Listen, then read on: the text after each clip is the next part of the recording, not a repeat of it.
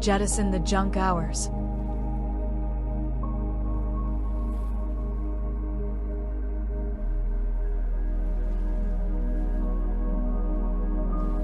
Change your day, not your life.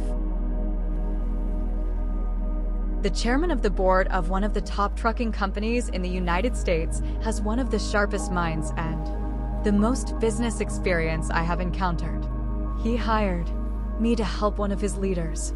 He described him as a super hard worker, dedicated, with great potential. The CEO was worried about him, however, because he was showing signs of burnout and was not taking care of himself physically. He had recently let his weight get above the 280-pound mark. The CEO said, "I'm worried he will burn himself out before he reaches his potential." After we finished discussing how to help this employee, I said, "I know that you have an army of young, smart, and dedicated workers under you, all of whom are aiming to climb the success ladder at your company.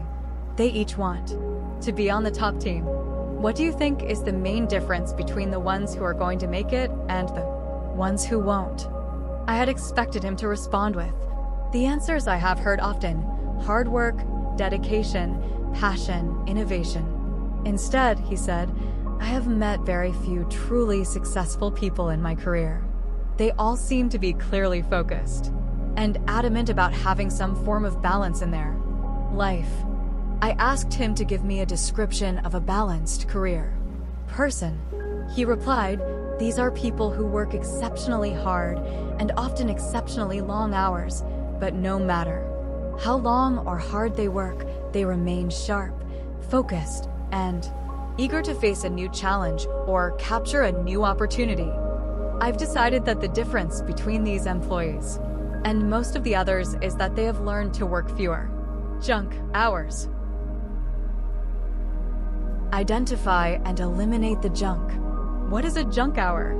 Well, it's a little like junk food. Junk food may taste good, but it provides no real nutrition to the body and actually can deplete energy rather than provide or sustain energy. Junk food often offers short-term pleasure and long-term exhaustion. Junk hours may or may not seem to be fun in the moment, but they produce no significant productivity and often push real work beyond the workday and into the night. Junk hours can be spent chasing rabbit trails on the internet, with colleagues at the water cooler, with a few jokes and laughs, but they do not genuinely build friendships or enhance work skills. Junk hours can sometimes be spent in meetings that are not necessary, acquiring information that is not essential to doing high-quality work. Junk hours are going through the motions of work, but no, real work is being done, and in nearly all cases, the person knows it even if his or her boss doesn't. The person is putting in the time, but not gaining a real sense of satisfaction or fulfillment from what is being done. In health and productivity research, this is called presenteeism. Basically, you are physically at work, but your mind is absent. For a person to truly sustain motivation and build maximum success, the junk hours need to be eliminated. But what goes into their time slot? The answer lies in the very reason that many people seek out junk activities at work. In Janet's case, she was bored and likely was experiencing an energy low from too much sugar earlier in the day. For others, a little play on the internet helps lower the immediate stress related to a deadline. If a person can isolate why they are engaging in junk hours, they nearly always can look a little deeper to discover what will give them the break from routine that they desire, but in a way that builds work productivity and satisfaction rather than depletes it. Time exchanges. Ben was greatly admired in his company. In fact, his company's training department was using him as an example to teach others and to initiate new hires. Ben had an amazing work ethic. He was focused, a smart risk taker, and a bold thinker. Ben, unfortunately, experienced a real health scare. He said, "There's nothing quite like feeling that a vice grip has clamped down on your heart and thinking that you're going to die. to get you to do a little reflective thinking. Ben was highly competitive, and he knew, as he reflected on his life and goals, that he liked being competitive. He enjoyed his work. He liked playing and winning the business game. At the same time, he loved his family and wanted to be alive to see his children finish college, marry, and give him grandkids to love. Ben was smart enough to know that he didn't know how to restructure his life. He went to his company's practice management expert, and he was fortunate that the practice management person in his corporation had also experienced a health scare and was focused on improving business strategies that also helped people improve their overall life strategies. He and Ben worked together to streamline some of Ben's work tasks and develop a daily strategy so that he had built in time for recharging himself physically. In other words, Ben was shown ways he could carve out time to exercise and to continue to get all his work goals met in the process. Ben adopted a new routine. He got up each morning and spent some time journaling, while he ate a healthy breakfast. Twice a week he arranged to meet with friends. On Tuesdays he spent his lunch hour playing racquetball with an old friend, rather than squeezing in more work between bites of a burger. Most Thursday nights, he and his wife spent time socializing with a small group of friends. Since Ben was able to structure his own work schedule, including time in the office and out of the office, he was able to set aside 1 hour on Mondays, Wednesdays, and Fridays to go to a gym about 2 blocks from his office. He walked there, changed into workout clothes, spent a full 30 minutes on a treadmill or in the swimming pool, showered, dressed, and walked back to his office, 60 minutes total. After writing appointments and meetings on his calendar, he added his appointments with Jim and Jim were one and the same. Ben found that the exercise hours actually increased both his energy levels and sense of well-being, to the point that he was able to work faster and smarter the rest of each workday. His overall average work weeks went from 65 to 70 hours to 40 to 45 hours, depending on the week. Did this adjustment in Ben's schedule impact his income? Only in a positive way. He actually began to post higher sales figures, more productivity per hour. In most cases, the elimination of junk hours causes an almost automatic increase in work productivity.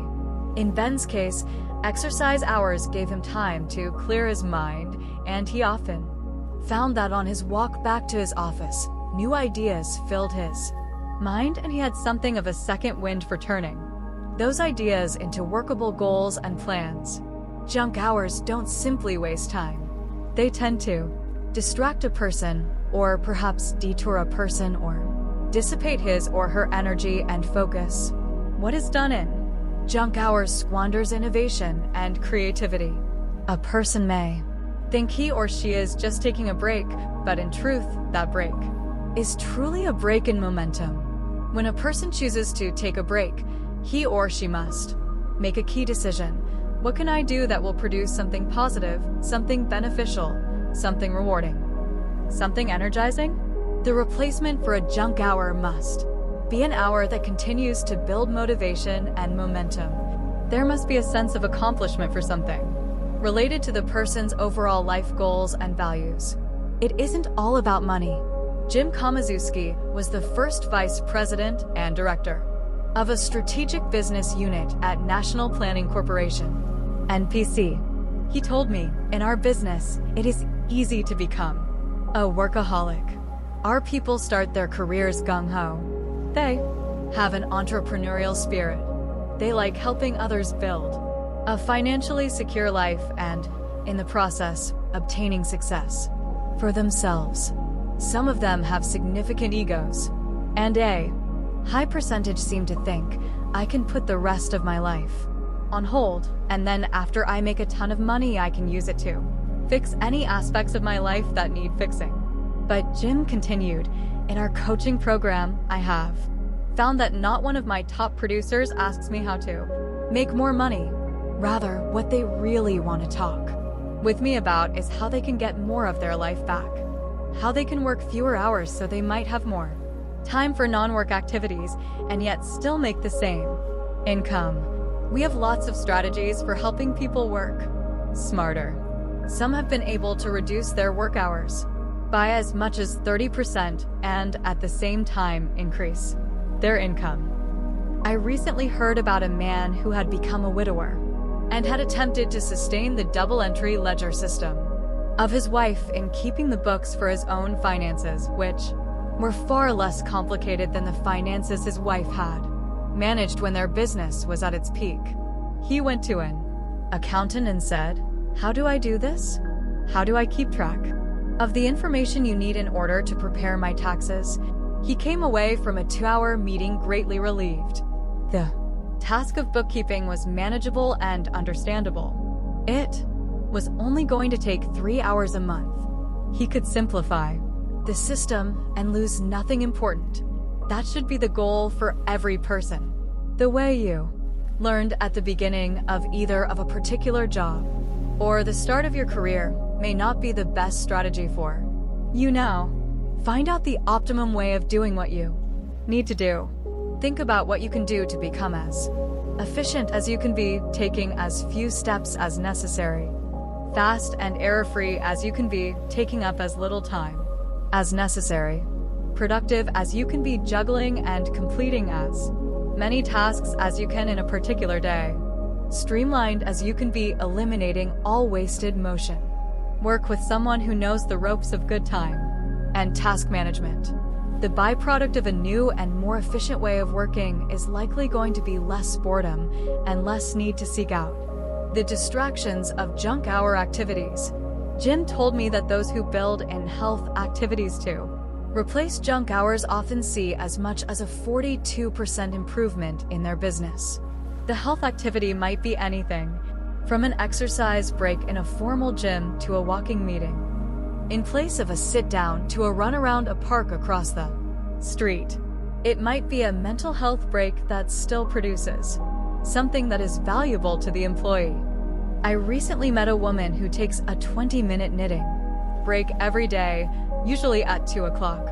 She said, "I drink a big jug of ice water and pull my knitting out of the file drawer and let the needles fly. I always have a project in process, usually a gift and sometimes a baby blanket for a homeless shelter around the corner. This is a total break in my work routine. I am focused on the hand-eye coordination project before me. I have a sense of accomplishment at the end of the 20 minutes that I am one step closer to the completion of something that has value and beauty and is of benefit to others. Doing handwork gives me a genuine mental break, and it is actually rather amazing, Andy. On many days, I find that as my fingers are engaged in something practical and rhythmic, my mind actually shifts gears and I come away with a new idea or a new insight into the work project I'm doing. I'm ready to get back to work and with a sense of fulfillment. Over time, 20 minutes of knitting ends up being almost 7 hours of knitting a month, and that very often is a completed item. Accomplishment.